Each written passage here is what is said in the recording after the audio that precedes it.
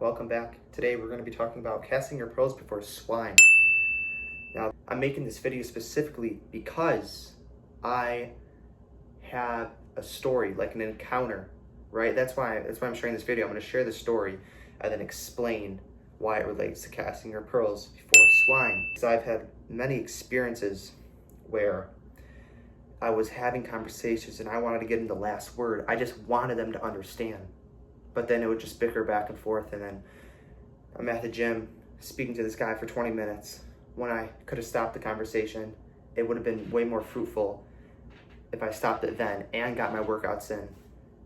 But then I just wasted a bunch of time and our bickering meant nothing, you know?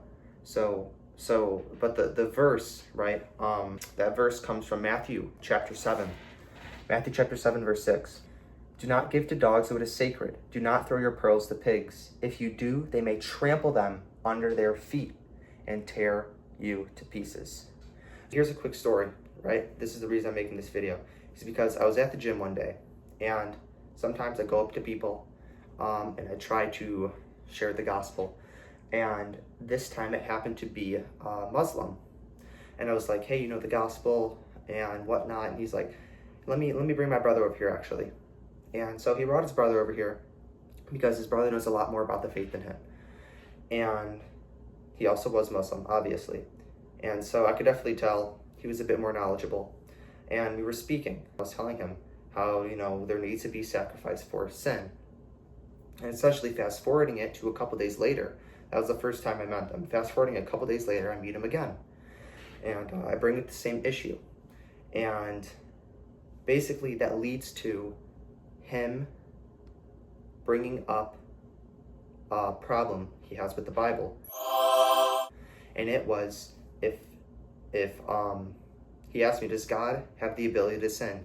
I accidentally made this mistake. Yes, he does, because he has free will. But then I quickly changed my mind. I'm like, no, God can't go against his nature. So I said no. I said no. And he's like, okay, so how is it that when Jesus Christ was on earth, he had the ability to sin, you're saying? That's a contradiction. And I was saying, no. I was trying to explain to him that Jesus Christ had two natures. One was the flesh, and one was the divine nature, right? In John 1:1, in the beginning was the Word, and the Word became flesh, and it dwelt among us. Jesus Christ is the Word, and he became flesh. And he wasn't understanding that. And I said that a couple times to the point where I'm like, okay, this conversation is getting nowhere. Right? I can keep on telling him. It seemed like he was trying to dominate the conversation a little bit. And I started to realize, okay, from past experiences, I'm like, this conversation could go on for 10, 15 minutes. It will go nowhere. So I'm like, is it okay if we just pray? Is it okay if I just pray for you guys? And he's like, yeah. And so that's the story. I didn't allow my ego to keep on pushing in, because I've done that multiple times. I'm a victim of that. I've done that multiple times, and the conversation went on for a while, and nothing happened. It was not fruitful. We didn't get anything out of it, right? So I was like, can I just pray for you guys? And he's like, yeah, sure. So that's the story, right? We were basically arguing, over his flesh. He did not understand that Jesus Christ came in the flesh, right? And when he came in the flesh, that means that he's man.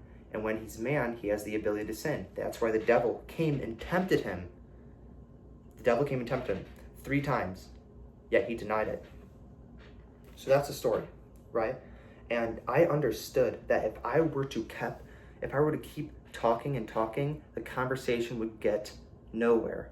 And that is exactly what Jesus Christ says. Do not give to dogs what is sacred. Do not throw your pearls to pigs, right?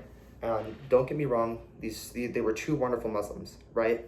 But I understood that if I've learned all this knowledge by reading and watching videos, why would I give it to someone who's just going to trample over it and not give a rip about it, who's not going to care about it, right?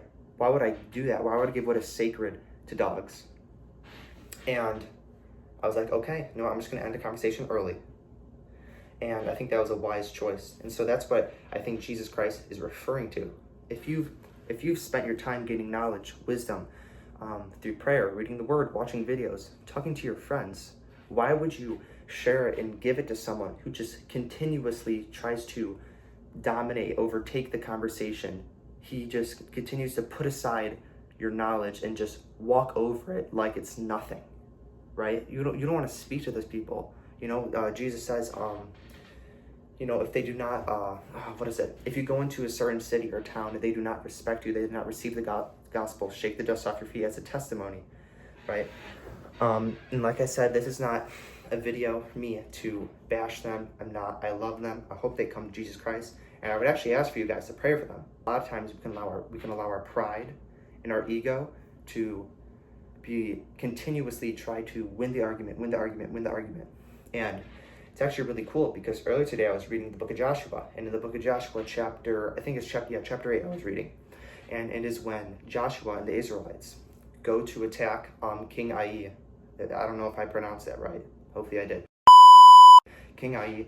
And basically, before they attack, Joshua secretly sends 30,000 of his best troops to hide and wait for an ambush to ambush their city. So when King Ai sees the army of Israel, right, he comes out of the city. Every single soldier, every single person, guard he has, he takes them all out of his city.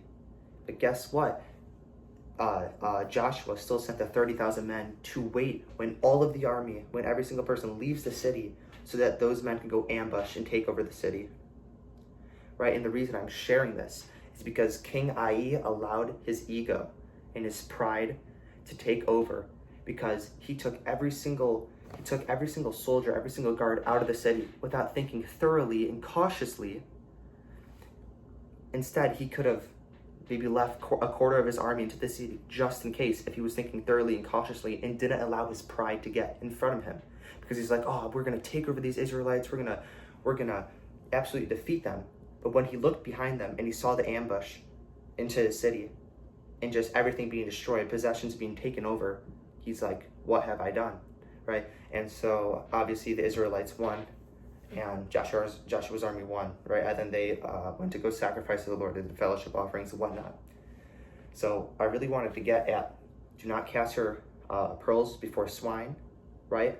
And the reason we may do that is because of our pride and our ego. And it's kind of funny how I was just reading that chapter 2 and it related to this. But yeah, I hope this video could really encourage you guys. Like I said, I'm going to be posting one time a week. Continue to stay tuned. And then, yeah, I don't know if you guys can see in the background, but we got this crucifix. We got this crucifix right here. This I received from my dad yesterday. This thing's like 70 years old. Take it out. The priest would carry it. You could put like candles in here. Holy oil. It reminds me of Jesus' sacrifice. So, yeah. And then we got the candle. A little inspiration from Iron Inquisitor. If any of you guys know him, you guys know what's up. And I ask for your guys' prayers, your guys' support, and yeah, let's go.